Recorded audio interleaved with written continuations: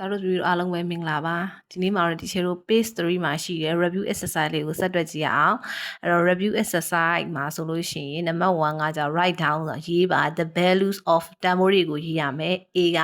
1564 mm in meter ပေါ့နော်1564 mm ကိုမီတာပုံစံပြောင်းပေးရမယ်နံပါတ် B က1750 gram in kilogram 1750 gram နေပြီးတော့ kilogram ကိုပြောင်းပေးရမယ်အဲ့တော့တွက်ကြည့်ရအောင်နံပါတ် A ပေါ့နော်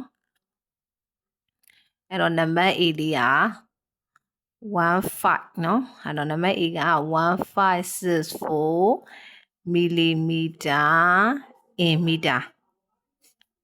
အဲ့တော့1564 millimeter ကိုမီတာပြောင်းမယ်ဒါဆိုရင်ဒီချေတို့မှတ်ထားရမှာကမီလီမီတာကနေပြီးတော့မီတာကိုပြောင်းချင်ရင်မီလီမီတာကနေပြီးတော့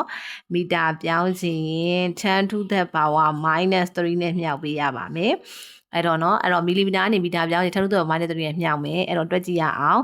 1 mat A မှာ1564 millimeter လေးကိုပြန်ရေးလိုက်မယ်အဲ့တော့မီလီမီတာကနေပြီးတော့မီတာပြောင်းချင်10 to the power -3နဲ့မြောက်ပေးရမှာဖြစ်တဲ့အတွက်ကြောင့်မလို့1564 into 10 to the power -3 မီတာဆိုတာပြောင်းသွား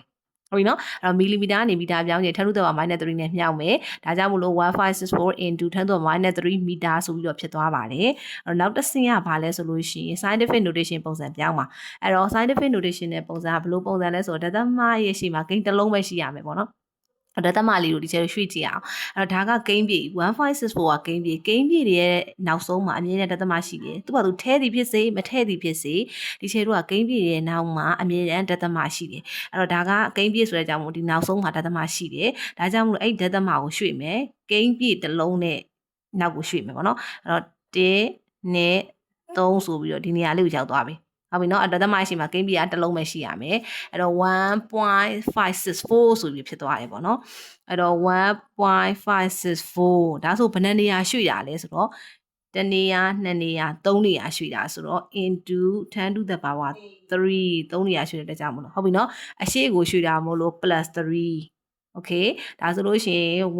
1564ကို scientific notation ပုံနဲ့ပြောင်းလိုက်တာက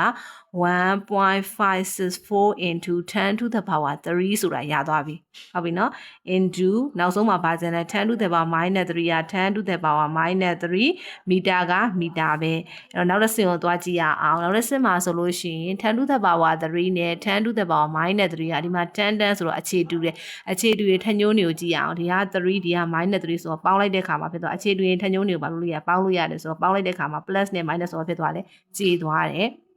အဲ့တော့အဖြေဒီ1.564 မီတာဆိုတဲ့အဖြေလေးကိုရသွားပါတယ်အဲ့ဒီကျတော့နံပါတ် B လေးကိုဆက်ပြီးတော့တွက်ကြည့်ရအောင်အဲ့တော့နံပါတ် B မှာသူကဗာပေးထားလဲဆိုတော့1750 gram in kilogram အဲ့တော့1750 gram ကို kilogram ပြောင်းခိုင်းတာအဲ့ဒီတော့ဒီချေတို့ကမှတ်ထားရမှာက gram ကနေပြီးတော့ kilogram ကိုပြောင်းမယ်ဆိုလို့ရှိရင်10 to the power -3နဲ့မြောက်ပေးရပါမယ်အဲ့တော့ gram ကနေ kilogram ပြောင်းရင်လည်း10 to the power -3နဲ့မြောက်ပေးရမယ်ဒါဆိုရင်ဒီချေတို့ကြည့်ကြည့်ရအောင်နံပါတ် B လေးက1750 gram အဲ့တော့ gram ကနေ kilogram ပြောင်းခြင်းလဲဆိုတော့1750 into 10 to the power -3 gram ကနေ kilogram ပြောင်းရင်10 to the power -3နဲ့မြောက်ပေးရမယ်ဒါဆိုဒီမှာ gram ကနေ kilogram ပြောင်းခြင်းတဲ့ကြောင့်မို့10 to the power -3နဲ့မြောက်ပေးလိုက်ပါတယ်ကဲနောက်တစ်ဆင့်ကိုဆက်သွားကြည့်ရအောင်နောက်တစ်ဆင့်မှာလည်းအပေါ်ကနံပါတ် A ပုံစံတိုင်းပဲသူ့ကို scientific notation နဲ့ပုံစံပြောင်းမယ်ပြောင်းတဲ့အခါမှာဂိမ်းပြည့်ရဲ့နောက်မှာအမြဲတမ်းဒသမသည်ရှိတယ်အဲ့ဒသမကိုရွှေ့မယ်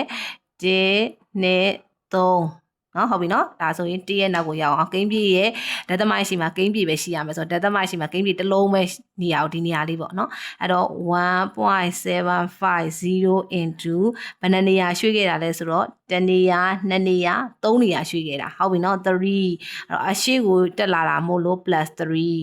into 10 to the power -3က10 to the power -3ကိုဒီတိုင်းပြန်ရေးမယ်ကီလိုဂရမ်ကကီလိုဂရမ်တိုင်းပြန်ရေးမယ် နောက်တစ်ဆင့်မှာဆိုလို့ရှိရင်လေဒီမှာတန်း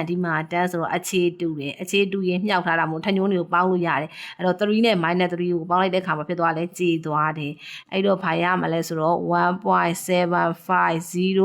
ကီလိုဂရမ်ဆိုတဲ့အဖြေကိုရရှိသွားပါတယ်အဲ့တော့ဒီချက်တို့ကဒီနှစ်ပုံမှာဆိုလို့ရှိရင်ဘာတွေကိုကိုယ်ကွယ်ပြပြသိရမှာလဲဆိုတော့မီလီမီတာကနေမီတာပြောင်း10 to the power -3 နဲ့မြှောက်မယ်ဂရမ်ကနေပြီးတော့ကီလိုဂရမ်ပြောင်း10 to the power -3 နဲ့မြှောက်မယ်ဆိုတဲ့ဟာလေးကိုတည်တည်ချာချာနှုတ်မှတ်စုစာအုပ်ထဲမှာမှတ်ထားရမှာပဲဖြစ်ပါတယ်